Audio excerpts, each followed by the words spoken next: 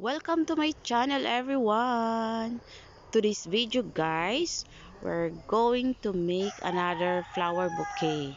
Here are the materials, guys. Ayan, the ribbonet. Ginawa ko na yung ribbonet, guys, na na triangle ko na petals ko na. Ayan. Syempre, kailangan ng glue gun. Ayan, lagyan natin ng glue gun yung isang petals at saka ididikit yan natin sa bamboo stick. Recycle lang yung bamboo stick ko, guys. Ako lang yung naggawa. Naubusan kasi kami ng bamboo stick.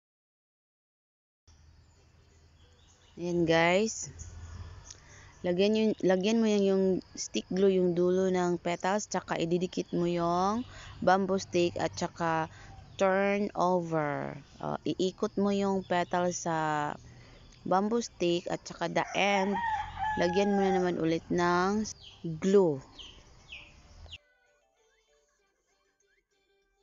So, inana guys, no, ituyok nimo tapos i-fold na yon. Mainit pa yung glue. Ayan.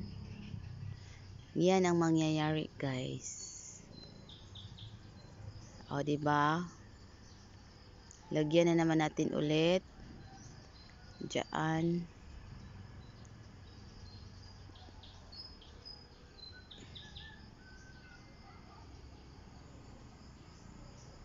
Ayan, guys.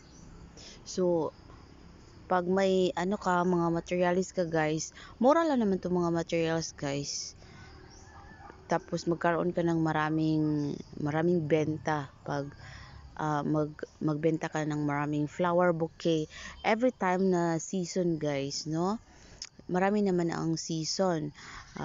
Every graduation day, Valentine's Day. So, mahaba yung panahon mo sa paggawa ng mga bulaklak.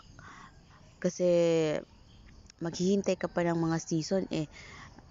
Anyways, pag may shop ka naman, kusa namang pupunta yung mga customer sa'yo, 'di ba? So, magkaroon ka rin ng maraming display kasi mahaba yung time. Kasi season lang kasi to ang mga benta-benta. Pero pag known ka na, guys, na gumagawa ng mga ito, tapos may mga wedding na kakilala mo, so 'di ba ikaw yung kukunin na gagawa ng kanilang mga flowers. So may kita din tayo, guys.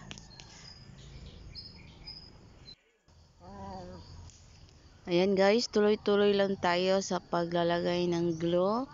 Tapos idikit ulit. Ayan. Ginawa ko, guys, dinikit ko muna yung 2 piraso and 3 piraso, 4 na piraso, 5 piraso at 6 na piraso, guys.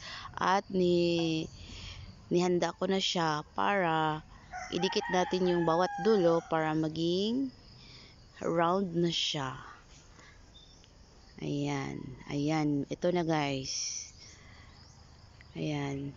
Ididikit pa natin yung bawat dulo nito, guys, para sa paglalagay natin doon sa bamboo stick, mabilis na. Ayan. Ito, guys, ito yung sinasabi ko, guys. Ayan. So, gagawin natin to lahat, yung mga dikit-dikit. Ididikit natin lahat, bawat dulo. Ayan. Ayan. Ito yung sinasabi ko, guys. Ayan. Ayan. So, ididikit na natin siya. Ayan. Mabilisan na siya, guys. Ayan. Ito na yung rose natin. Ayan. Ayan, guys. Lagyan natin ng glue yung dulo para didikit siya, guys, para hindi siya mahuhulog. Ayan na. Ayan na yung rose natin, yung flower natin para sa ating flower bouquet.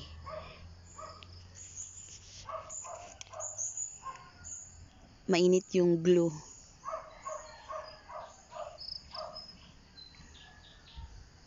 Hintayin nyo lang na ma-dry yung glue guys, para naman hindi na siya mahuhulog, para pag lalagay na tayo ng flower paper yung at saka tool, hindi na siya malaglag kasi dumikit na yung glue.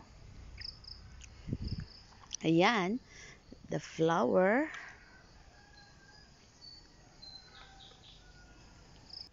Ayan guys, nilagyan ko ng improvised na floral foam kasi wala akong available. So ito na lang yung ginamit ko guys, yung matte guys na hindi ko na ginagamit. So I cut it, ayan. So nagawa ko naman siya. Kailangan kasi natin maglagay ng floral foam, or I mean yung improvised floral foam, para dyan natin ilalagay yung paper. Like this one guys. Yan guys, malapit na tayo guys. Ayan. Lalagyan ko muna ng tool. Ito guys, yung sobra sa last na ating vlog. Yan, bagay naman sila dito sa flower. Kaya ng isang piraso lang din ng flower paper at saka kalahating tool. So, makasulit ka guys.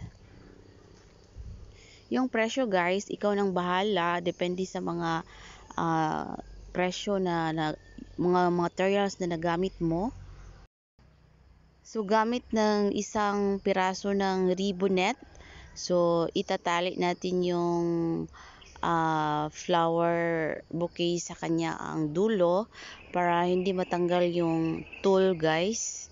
At saka pandagdag ng beauty din naman yung ribbonette na i-ribbon natin. Ayan. Ayan guys. Malapit nang matapos. Meron na tayong isang pirasong natapos na flower bouquet today. Ayan. Oh. Ayan. Yung kulay, kayo nang bahala. Basta dapat bagay yung kulay na gagamitin nyo para kikita kayo agad. Ayan na guys. Ito na yung flower bouquet na natapos natin guys. Ayan. Ayan. Thank you for watching guys. Don't forget to subscribe. Bye.